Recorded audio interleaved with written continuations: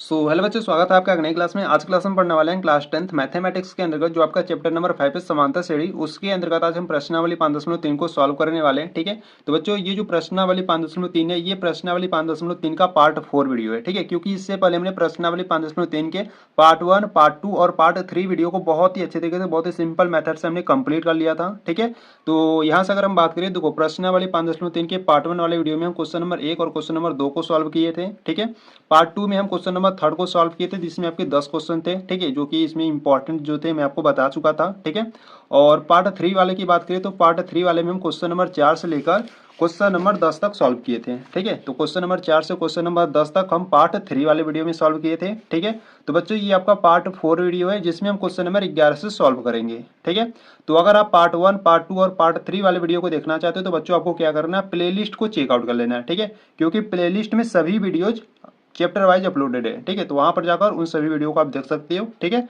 तो बच्चों एक बार प्लेलिस्ट को जरूर चेकआउट कर लेना। ठीक है, तो यहाँ से देखो, यहाँ से अगर हम क्वेश्चन नंबर 11 की बात करें तो क्वेश्चन नंबर 11 देखो, यहाँ से आपको क्या करा है, क्वेश्चन नंबर 11 करा है, यदि किसी एपी के प्रथम n पदों का योग 4n-n² है तो इसका प्रथम पद, ठीक है, देखो यहाँ पर प्रथम पद यानी कि ए का मान, और अर्थात यशवन, ठीक है, ए का भी मान आपको ज्ञात करना और यशवन भी ज्ञात करना है। ठीक है, क्या है, प्रथम दो पदों का योग क्या है, दूसरा पद क्या है, इसी प्रकार तीसरे, 10वें और nवें पद ज्ञात कीजिए। ठीक है, तो बच्चों देखो यहाँ से आपको योग यानी कि n पदों का जो योग है, यस n का मान इस प्रकार से आपको 4n-n² दिया गया है। ठीक है, यहाँ से आपको प्रथम पद, ठीक है, a का मान, यस1 का मान और प्रथम दो पदों का योग ज्ञात करना है, दूसरा पद यानी कि a2 का मान। ठीक है, यहाँ पर तीसरा पद, 10वां पद और nवें पद, ठीक है, यानी कि nवां पद भी आपको ज्ञात करना है। ठीक है, तो यहाँ पर सिर्फ एक मान दिया और यहाँ से आपको बहुत सारे मान ज्ञात करने हैं। ठीक है, तो चलो सॉल्व करते हैं क्वेश्चन नंबर 11 को। ठीक है, देखो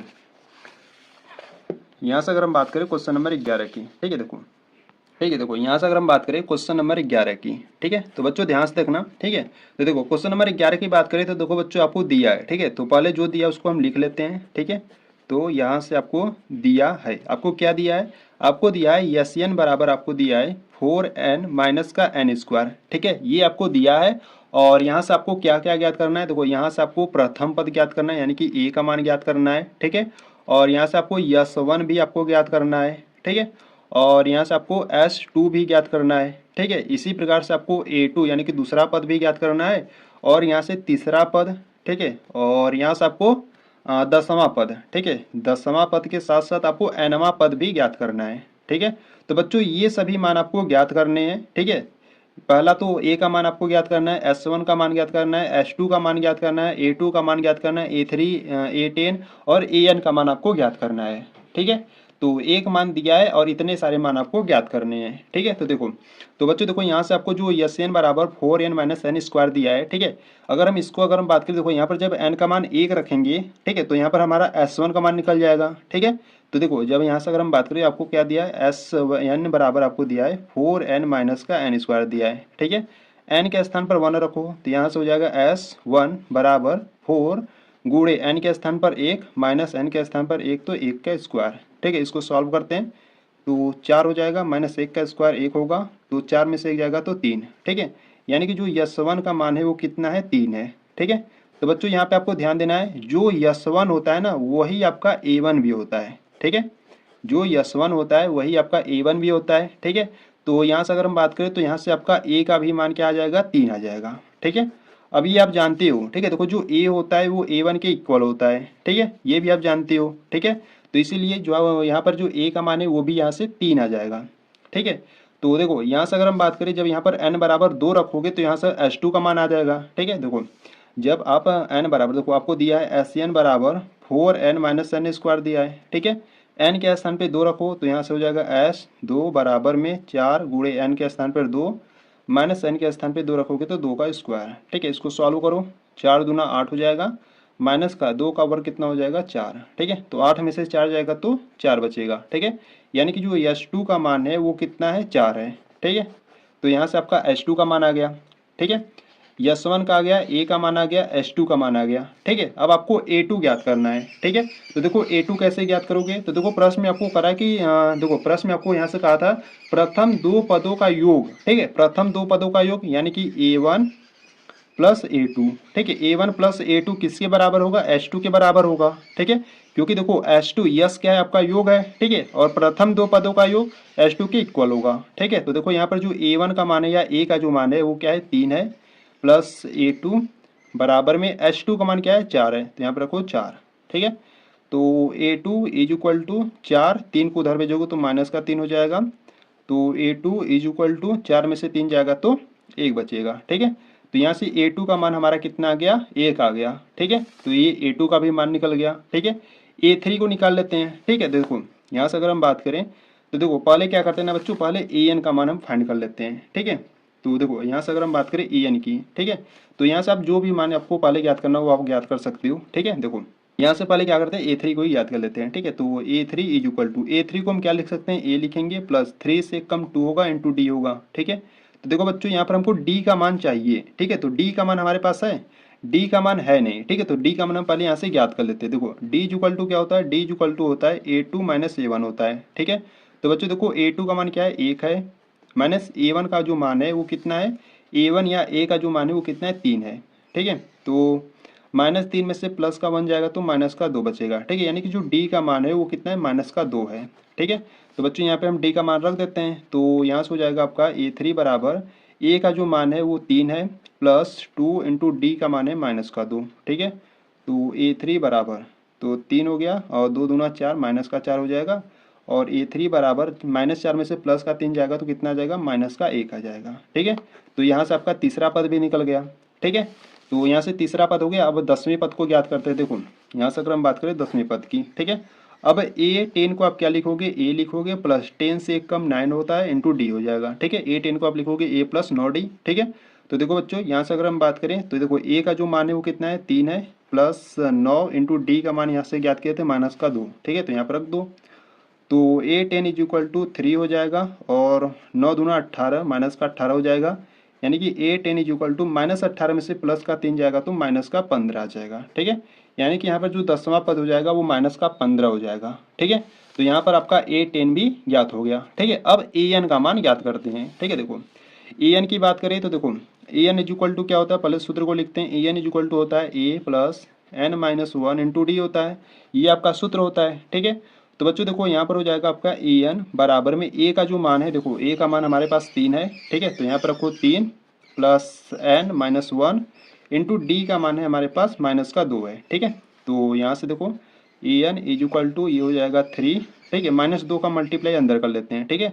तो माइनस का 2N हो जाएगा और माइनस माइनस प्लस 2 हो जाएगा, ठीक है। तो AN इज इक्वल टू देखो 3 और 2 कितना हो जाएगा 5 माइनस का 2N हो जाएगा, ठीक है। यानी कि जो AN का मान है वो 5 माइनस का 2N आ गया, ठीक है। तो इस प्रकार से आपको सभी मान को ज्ञात करना था, ठीक है। तो बच्चों यहाँ से भी आपका AN का भी मान आ गया, ठीक है। देखो यहाँ से अगर हम बात करें तो यहाँ से आप किस किस का मान आप ज्ञात किए हो। देखो यहाँ से आपने A का जो मान है वो आपका है 3 है, ठीक है। और यहाँ से जो S1 का जो मान है वो भी 3 है, क्योंकि S1 होता है वो A की इक्वल होता है, ठीक है। और यहाँ से अगर हम बात करें H2 की तो H2 का जो मान है, ठीक है, H2 का मान हम यहाँ पर निकाल लेते हैं 4 है, ठीक है। H2 का मान 4 आ गया, ठीक है। और A2 की बात करें तो A2 का जो मान है वो 1 है, ठीक है। और यहाँ पर लिख लेते हैं A2 का मान हमारे पास है 1। और यहाँ से बात करें A3 की तो A3 का मान है हमारे पास माइनस का 1, ठीक है। और A10 की बात करें यानी कि 10वां पद की तो 10वां पद है माइनस का 15 है, ठीक है। और यहाँ से अगर हम बात करें AN की तो AN का मान है हमारे 5 माइनस का 2N है, ठीक है। तो बच्चों यहाँ से ये सारे मान आपके निकल गए, ठीक है। तो ये आपका हो जाएगा आंसर, ठीक है। यानी कि जो आपका क्वेश्चन नंबर 11 है इस प्रकार से आपको इसको सॉल्व करना था, ठीक है। तो यहाँ पर आपका क्वेश्चन नंबर 11 कंप्लीट हुआ। तो चलो क्वेश्चन नंबर अब 12 को देखते हैं। देखो क्वेश्चन नंबर 12 की बात करें तो देखो क्वेश्चन नंबर 12 यहाँ से आपको क्या करा है। देखो क्वेश्चन नंबर 12 यहाँ से करा है, ऐसे प्रथम 40 धन पूर्णांकों का योग ज्ञात कीजिए जो 6 से विभाज्य है, ठीक है। 40 धन पूर्णांकों का योग ज्ञात करना है जो 6 से विभाज्य है, ठीक है। यानी कि आपको n का मान 40 दिया है और 40 यानी कि 40 आपको ज्ञात करना है और 6 से विभाज्य हो, ठीक है। तो बच्चों देखो यहाँ से 6 से विभाज्य का मतलब कि 6 का गुणज, ठीक है। और 6 का गुणज क्या होता है, जो 6 से मतलब कि संख्याएं कट जाए, यानी कि 6 का जो पहाड़ा होता है ना बच्चों वो आपका 6 का गुणज होता है, ठीक है। तो यहाँ से देखो अगर हम बात करें क्वेश्चन नंबर 12 की, ठीक है, तो ध्यान से देखना, बहुत ही सिंपल मेथड से मैं आपको बताऊंगा, ठीक है।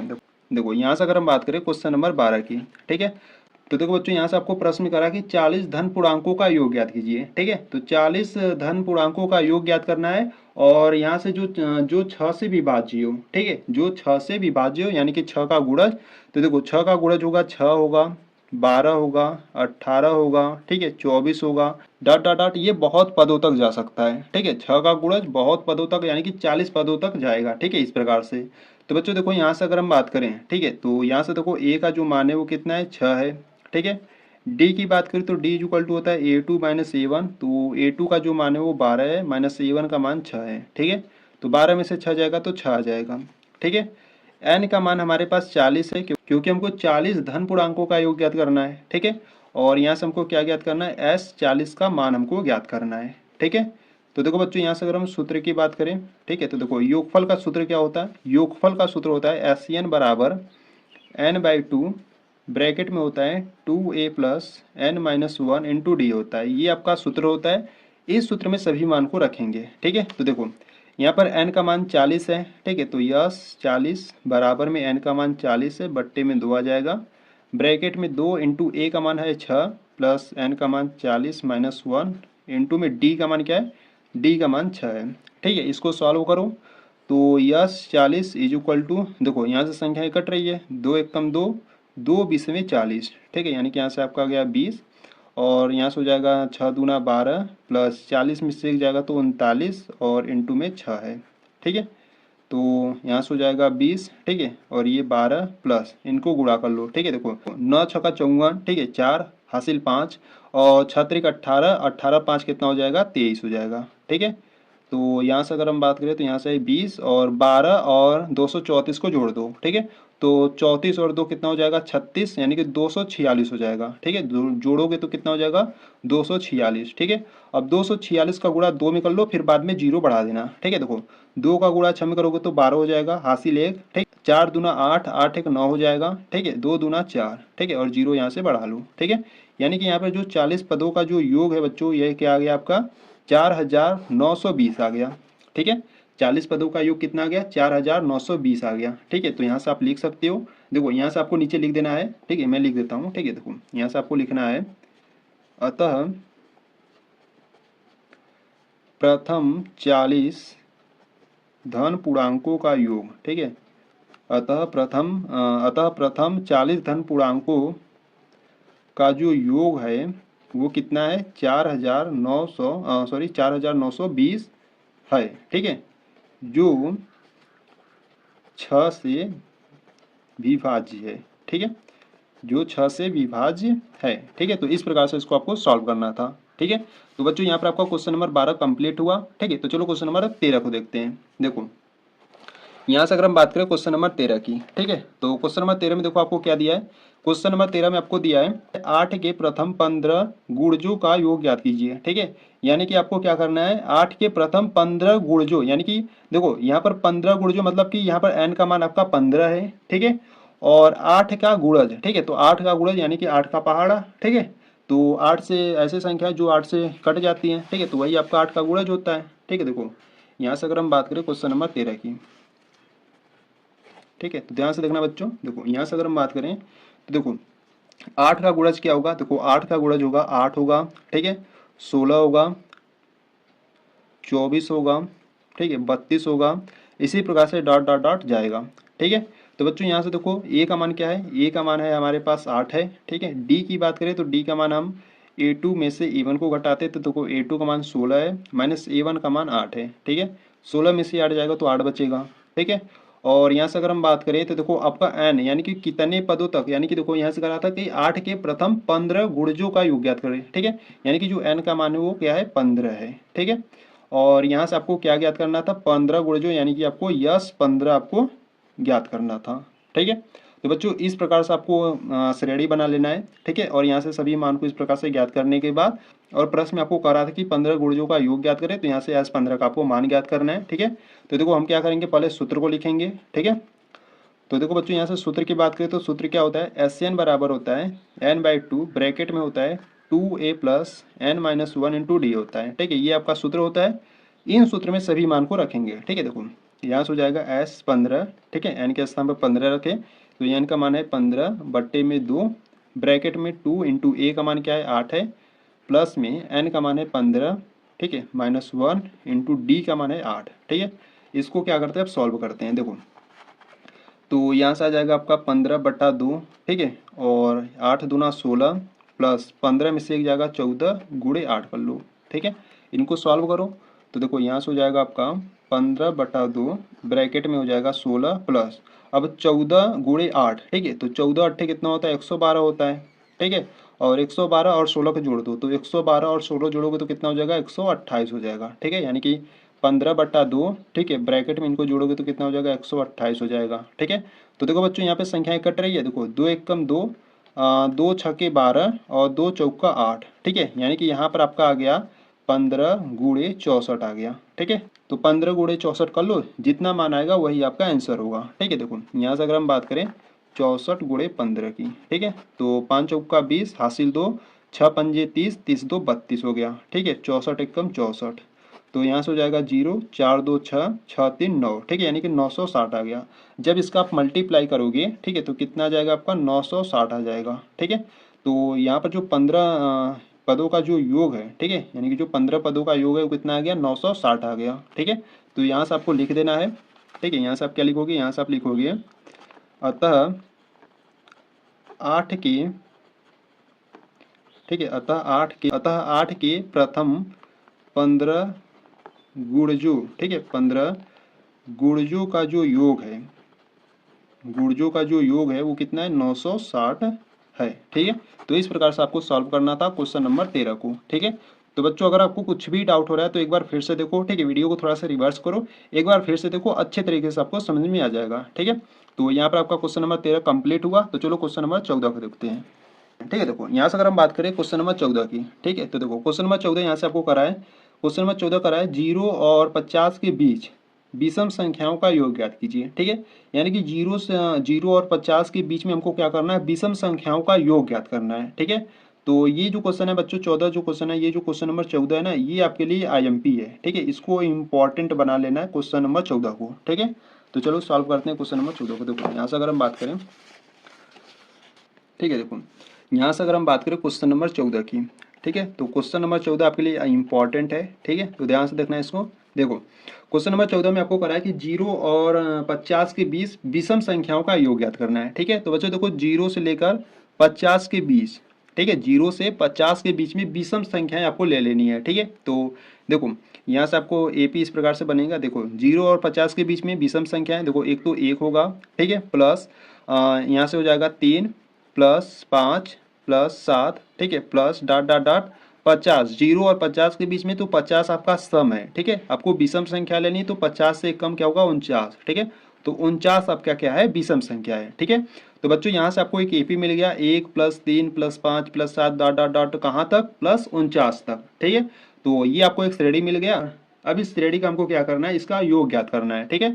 तो चलो देखो यहाँ से अगर हम बात करें A की, तो A का जो मान है वो 1 है, ठीक है। D की बात करें तो D का मान हम A2 में से A1 को घटाते हैं, तो A2 का मान 3 है माइनस A1 का मान 1 है, ठीक है। तो 3 में से 1 जाएगा तो 2 बचेगा, ठीक है। और बच्चों देखो यहाँ से अगर हम बात करें तो जो AN का मान है यानी कि जो अंतिम पद है वो क्या है 49 है, ठीक है। N का मान हमको मालूम है नहीं, ठीक है। तो पहले क्या करते हैं N का मान ज्ञात करते हैं, ठीक है। N का मान ज्ञात करने के बाद जितने पद होंगे उन पदों का योग ज्ञात करेंगे, ठीक है। तो देखो N का मान ज्ञात करने के लिए हम क्या करेंगे, देखो यहाँ से देखो, यहाँ से अगर हम बात करें तो देखो सूत्र क्या होता है, an इज इक्वल टू होता है a plus n minus 1 into D होता है, ठीक है। तो बच्चों देखो यहाँ पर जो an यानी कि जो अंतिम पद है वो कितना है 49 है, ठीक है। बराबर में a का मान 1 है प्लस n का मान हमको ज्ञात करना है इंटू डी का मान है 2, ठीक है। तो यहाँ से हो जाएगा 49, एक उधर लाओगे तो माइनस का 1 हो जाएगा, बराबर में बचेगा आपका n माइनस 1 इंटू में 2 बचेगा, ठीक है। तो 49 में से 1 जाएगा तो 48 बचेगा, ठीक है। और ये 2 गुणा में इधर आएगा तो बट्टे में हो जाएगा, बराबर में n माइनस 1, ठीक है। तो 2 एकम 2, देखो 2 एकम 2 हो गया, 2 दूना 4, 2 चौका यानी कि 24 आ गया, ठीक है। यानी कि यहाँ से हो गया 24 बराबर n माइनस 1, ठीक है। माइनस 1 को इधर भेजो तो 24 प्लस 1 हो जाएगा बराबर में n, ठीक है। यानी कि जो n का मान है वो कितना आ गया 25 आ गया, ठीक है। तो बच्चों यहाँ पर जो n का मान है वो 25 आ गया, ठीक है। यानी कि आपको 25 पदों का योग ज्ञात करना है, ठीक है। तो इसमें यानी कि 0 से लेकर 50 के बीच में जो विषम संख्याएं कितनी है, वो विषम संख्याएं 25 है। ठीक है, अब 25 पदों का आपको योग ज्ञात करना है। ठीक है, तो देखो यहाँ से बात करें योग वाला सूत्र क्या होता है। देखो योग वाला सूत्र होता है आपका एस एन बराबर एन बाई टू, ब्रैकेट में होता है 2a plus N minus one into D होता है। ठीक है, तो यहाँ पर हम क्या करेंगे, देखो एन का मान हमारा क्या है 25 है। ठीक है, तो यहाँ पर रखो एस 25 यानी कि 25 पदों का योग ज्ञात करना है। तो एन का मान हो जाएगा 25/2। ठीक है, ब्रैकेट में 2 इंटू ए का मान देखो क्या है 1 है। ठीक है, और प्लस में एन का मान हमारे पास है 25 माइनस 1 इंटू डी का मान है 2। ठीक है, इसको सॉल्व करो तो यहाँ से हो जाएगा आपका 25/2। ठीक है, ब्रैकेट वाले को सॉल्व करो तो 2 हो जाएगा, प्लस 25 में से एक जाएगा तो कितना हो जाएगा 24 हो जाएगा। ठीक है, और गुणे में 2 है, तो यहाँ से हो जाएगा आपका 25/2 ब्रैकेट में 2 प्लस 24 दुना कितना हो जाएगा 48 हो जाएगा। ठीक है, तो बच्चों देखो यहाँ से क्या करो 25/2 हो जाएगा। ठीक है, और यहाँ से 2 प्लस 48 कितना हो जाएगा 50 हो जाएगा। ठीक है, तो देखो यहाँ पे संख्याएं कट रही है, देखो 2 एक कम 2, 2 25 में कितना होता है 50 होता है। ठीक है, तो यहाँ पर 25 गुणे 25 आ गया। जब 25 गुणे 25 करोगे यानी कि 25 का वर्ग कर दो, तो 25 का वर्ग कितना होता है 625 होता है। ठीक है, तो यहाँ पर जो 25 पदों का जो योग आ गया, ठीक है, वो कितना आ गया आपका 625 आ गया। ठीक है, तो बच्चों ये हो गया आपका आंसर। ठीक है, यानी कि 0 से लेकर 50 के बीच में जो विषम संख्याओं का जो योग है बच्चों वो कितना आ गया 625 आ गया। ठीक है, तो यहाँ पर आपका क्वेश्चन नंबर 14 कंप्लीट हुआ। तो चलो क्वेश्चन नंबर 15 को देखते हैं। ठीक है, देखो यहाँ से अगर हम बात करें क्वेश्चन नंबर 15 की, ठीक है, तो यहाँ से अगर हम बात करें क्वेश्चन नंबर 15 की, देखो क्वेश्चन नंबर 15 यहाँ से आपको करा है निर्माण कार्य से संबंधित किसी ठेके में एक निश्चित तिथि के बाद कार्य को विलंब से पूरा करने के लिए जुर्माना लगाने का प्रावधान इस प्रकार है। पहले दिन के लिए 200 रुपये, दूसरे दिन के लिए 250 रुपये, तीसरे दिन के लिए 300 रुपये इत्यादि, अर्थात प्रत्येक उत्तरोत्तर दिन का जुर्माना अपने से ठीक है पहले दिन के जुर्माने से 50 रुपये अधिक है।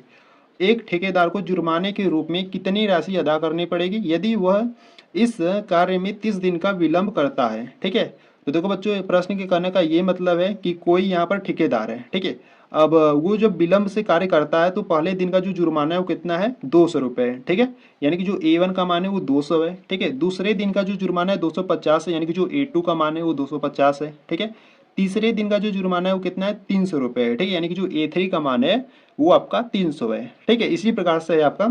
तो यहाँ से आपको कह रहा है कि जुर्माने से ठीक है ये तो सही है। फिर यहाँ से आपको कह रहा है यदि इस कार्य में 30 दिन का विलंब करता है, ठीक है, तो उसको कितनी राशि अदा करनी पड़ेगी। ठीक है, यानी कि जो n का मान है वो हमारे पास 30 है। ठीक है, तो बच्चों यहाँ पे देखो A1 का मान 20, A2 का मान 250, A3 का मान 300 है और जो n का मान है वो 30 है। ठीक है, तो चलो ज्ञात करते हैं क्वेश्चन नंबर 15 को। देखो यहाँ से अगर हम बात करें क्वेश्चन नंबर 15 की, ठीक है, देखो क्वेश्चन नंबर 15 की बात करें तो देखो क्वेश्चन नंबर 15 में आपको इस प्रकार से एपी आपका बनेगा। ठीक है, देखो यहाँ से अगर हम बात करें तो देखो बच्चों यहाँ पर जो कार्य से संबंधित कोई भी कार्य है, ठीक है, जब कोई ठेकेदार एक दिन कार्य पर नहीं जाता तो उसका कितना जुर्माना है 200 रुपये है। ठीक है, अब दूसरे दिन का जो जुर्माना है 200 रुपये से 50 रुपये अधिक है, यानी कि 250 है। ठीक है, अब तीसरे दिन का इससे भी 50 अधिक, यानी कि यहाँ से हो जाएगा 300। ठीक है, इस प्रकार से आपको दिया है। ठीक है, यानी कि आप सीधे सीधे यहाँ पर इस प्रकार से भी लिख सकते थे कि जो A1 का मान है वो हमारे पास 200 है। ठीक है, जो A2 का मान है वो हमारे पास 250 है, जो A3 का मान है वो हमारे पास 300 है। ठीक है, तो इस प्रकार से ये आपको मान दिए गए थे। ठीक है, तो बच्चों देखो यहाँ से अगर हम बात करें, ठीक है, तो यहाँ से देखो अगर हम बात करें तो यहाँ पर जो प्रथम पद यानी कि जो A का मान है वो कितना है 200 है। ठीक है, D की बात करें तो D का मान होता है A2 माइनस A1 होता है। ठीक है, तो A2 का मान है हमारे पास 250 है, माइनस A1 का जो मान है वो 200 है। तो 250 में से 200 जाएगा तो 50 आ जाएगा। ठीक है, और यहाँ से n की बात करें तो n का मान हमको कितना दिया था 30। ठीक है, यानी कि 30 दिन तक अगर वो कार्य पर नहीं जाएगा तो उसको कितना जुर्माना अदा करना पड़ेगा। ठीक है, तो n का मान 30 है और हमको यश 30 हमको ज्ञात करना है। ठीक है, ये आपको प्रश्न में कहा था। ठीक है, तो इस प्रकार से एपी बना लेना है। ठीक है, अगर आपको इस प्रकार से बनाना है तो इस प्रकार से भी आपको बना सकती हो। ठीक है, तो बच्चों देखो यहाँ से अगर हम बात करें, ठीक है, तो सूत्र क्या होता है आपका, योगफल का सूत्र क्या होता है उसको पहले लिखो। ठीक है, देखो योगफल का सूत्र होता है SN बराबर होता है n/2, ब्रैकेट में होता है 2a प्लस n माइनस 1 होता है इंटू डी होता है। ठीक है, तो देखो बच्चों यहाँ पर अगर बात करें n का मान क्या है 30 है। ठीक है, यानी कि आपको 30 पदों का योग ज्ञात करना है, ठीक है। n का मान 30 है, बट्टे में 2 है, ब्रैकेट में 2 इंटू a का मान क्या है 200 है, ठीक है। तो रखो यहाँ पर, प्लस में n का मान 30 है, -1 करो, इंटू d का मान है हमारे पास 50, ठीक है। अब इनको क्या करते हैं, सॉल्व करते हैं। देखो यहाँ से संख्याएं कट रही है, देखो 2 एकम 2, 2 15 में 30, ठीक है, यानी कि यहाँ से आपका आ गया 15, ब्रैकेट में 200 में 2 का गुणा करोगे तो 400 हो जाएगा, प्लस में 30 में से एक जाएगा तो 29 हो जाएगा, और गुणे में 50 है, ठीक है। तो यहाँ से हो जाएगा आपका 15, ब्रैकेट वाले को सॉल्व करो, ठीक है। देखो यहाँ से आपका 400 प्लस 29 गुणे 5 कर लो, फिर बाद में जीरो बढ़ा देना, ठीक है। तो देखो 9 पच्चे 45 की 5 हासिल 4 बचा, ठीक है, और 5 दूना 10, 10 और 4 14 हो जाएगा, जीरो बढ़ा लो इस प्रकार से, ठीक है। तो यहाँ से हो गया आपका 15, ब्रैकेट में इनको क्या करो जोड़ लो, ठीक है। देखो 1450 में जब 400 और जोड़ोगे तो कितना हो जाएगा आपका 1850 हो जाएगा, ठीक है। अब 1850 में 15 का गुणा कर लो, ठीक है। देखो 1850 है, इसमें हम क्या करेंगे, गुणा करेंगे 15 का, ठीक है। देखो पहले तो 5 का गुणा जीरो में करोगे तो जीरो मिलेगा, ठीक है। 5 25 कितना हो जाएगा 25, ठीक है। 5 हासिल 2 बचा, 8 पंजे 40, 2 42 हासिल 4, 5 एकम 5 4 9, ठीक है। और एक का गुणा करोगे तो आपको वही मिलेगा, ठीक है, 1850 ही मिलेगा, ठीक है। इनको क्या करो जोड़ लो, तो जीरो हो गया, 5 आ गया, 5 2 7, और 9 8 17 के साथ हासिल 1 2 आ गया, ठीक है। तो यहाँ से आपको मिला 27,750 मिला, ठीक है।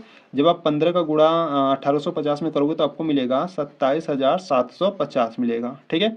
तो बच्चों ये 30 पदों का योग आ गया, ठीक है। यानी कि अगर वो 30 दिन तक कार्य पर नहीं गया तो उसको कितने रुपए अदा करने पड़ेंगे, तो उसको 27,750 रुपये अदा करने पड़ेंगे, ठीक है। तो इस प्रकार से ये आपका आंसर हो जाएगा, ठीक है। तो यहाँ से आप लिख सकते हो कि अतः ठेकेदार को 27,750 रुपये जुर्माना के रूप में देने पड़ेंगे, ठीक है। तो यहाँ पर आपका जो बच्चों क्वेश्चन नंबर 15 था वो भी आपका कंप्लीट हुआ, ठीक है। तो यहाँ से हम क्वेश्चन नंबर 16 को, ठीक है, देखो यहाँ से अगर हम बात करें क्वेश्चन नंबर 16 को बच्चों हम नेक्स्ट वीडियो से सॉल्व करेंगे, ठीक है। क्वेश्चन नंबर 16 17 18 19 20 जो भी यहाँ पर क्वेश्चन आपका बच रहा है इसको हम क्या करेंगे, नेक्स्ट वीडियो से सॉल्व करेंगे, ठीक है। तो आज की वीडियो में हम क्वेश्चन नंबर 15 तक ही रहने देते हैं, ठीक है। तो अगर आप क्वेश्चन नंबर 16 17 यानी कि जो भी आपके क्वेश्चंस बच रहे हैं यहाँ पर, अगर उनको देखना चाहते हो तो बच्चों आपको प्लेलिस्ट को चेकआउट कर लेना, ठीक है। प्लेलिस्ट में सभी वीडियोस चैप्टर वाइज अपलोडेड है, ठीक है। वहाँ पर जाकर इन सभी वीडियोज़ को आप देख सकते हो, ठीक है। तो बच्चों अगर आपको ये वीडियो अच्छी लगी तो वीडियो को लाइक कर देना, अभी चैनल पर नए हो तो चैनल को सब्सक्राइब कर लो, ठीक है। तो चलो मिलते हैं नेक्स्ट वीडियो में, तब तक के लिए जय हिंद जय भारत।